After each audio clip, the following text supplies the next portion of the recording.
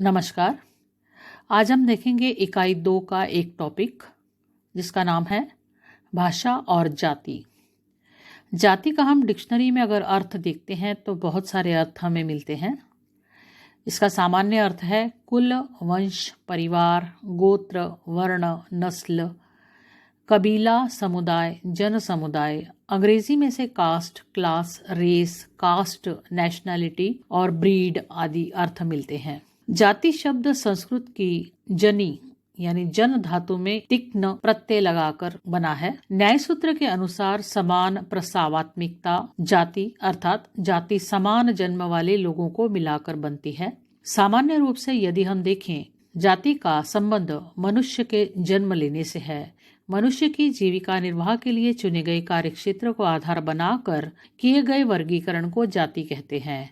अर्थात भाषा अर्थात लैंग्वेज किसी भी जाति के अस्तित्व और उसके विकास के लिए बहुत महत्वपूर्ण बिंदु है।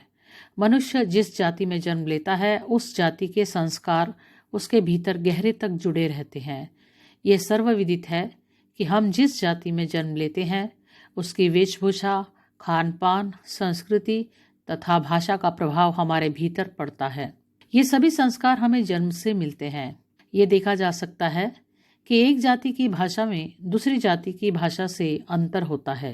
रामविलास शर्मा ने जाति के विषय में अपने विचार व्यक्त किए हैं, परंतु वे जिस शब्द की चर्चा करते हैं उसका संबंध किसी कास्ट विशेष से नहीं बल्कि प्रदेश विशेष में रहने वाले लोगों से है। निराला की साहित्यिक साधना द्वितीय खंड में रामविलास जी ने लिखा है कि भारत में अनेक भाषाएं बोली जाती हैं। इन भाषाओं के अपने अपने प्रदेश हैं। इन प्रदेशों में रहने वाले लोगों को जाति की संज्ञा दी जाती है। वर्ण व्यवस्था वाली जात पात से इस जाति का अर्थ बिल्कुल भिन्न है। किसी भाषा को बोलने वाली उस भाषा क्षेत्र में बसने वाली इकाई का नाम जाति हो। रामविलास शर्मा हिंदी भाषा के महत्व को भली भांति जानते और समझते थे। वे राष्ट्र को एक सूत्र में बांधने के पक्षधर थे। वे जानते थे कि कोई भी राष्ट्र तभी तक जीवित रह सकता है जब तक उस राष्ट्र की एकता बनी रहे, जिसका बहुत अधिक दायित्व भाषा पर भी है। वे कहते हैं, जिस तरह भाषा के आधार पर बंगला, गुजराती, मराठी आदि जातियों की पहचान होती है, उसी तर्ज पर हिंदी प्रदेश के लोग भी जनपदीय बोलियों के आधार पर पहचाने जाने के बजाय एक हिंदी भाषी जाति के रूप में पहचाने जाएं। हम देख सकते हैं कि रामविलास शर्मा मानते हैं कि जाति का सीधा संबंध भाषा से है। हमारे देश में बहुत सी भाषाएं बोली व समझी जाती हैं। इनमें से कुछ भाषाएं ऐसी हैं जो हिंदी भाषा से निकली हैं।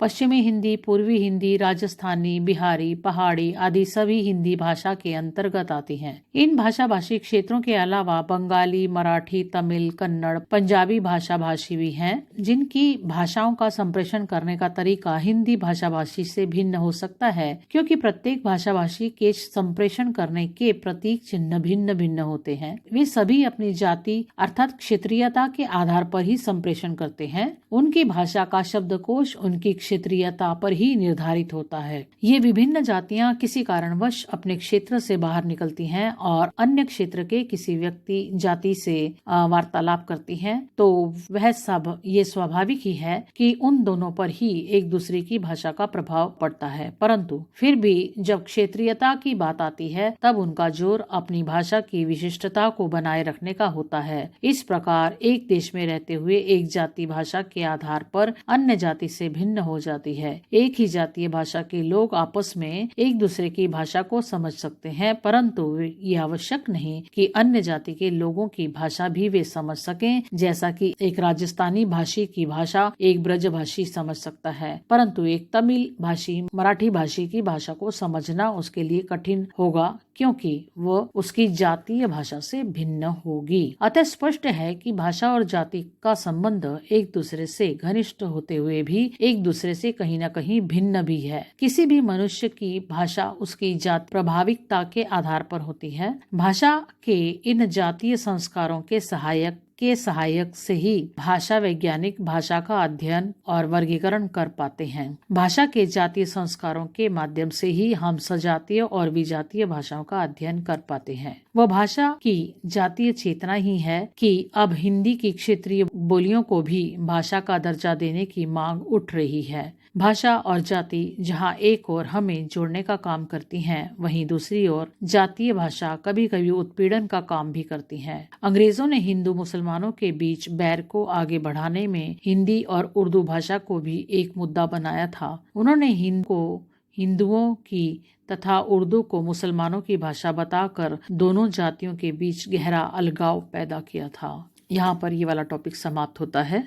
अगर वीडियो अच्छा लगा है तो लाइक कीजिए, शेयर कीजिए अपने दोस्तों के साथ और चैनल को सब्सक्राइब कर लीजिए। मिलते हैं एक नई वीडियो में नए विषय के साथ। तब तक के लिए नमस्कार।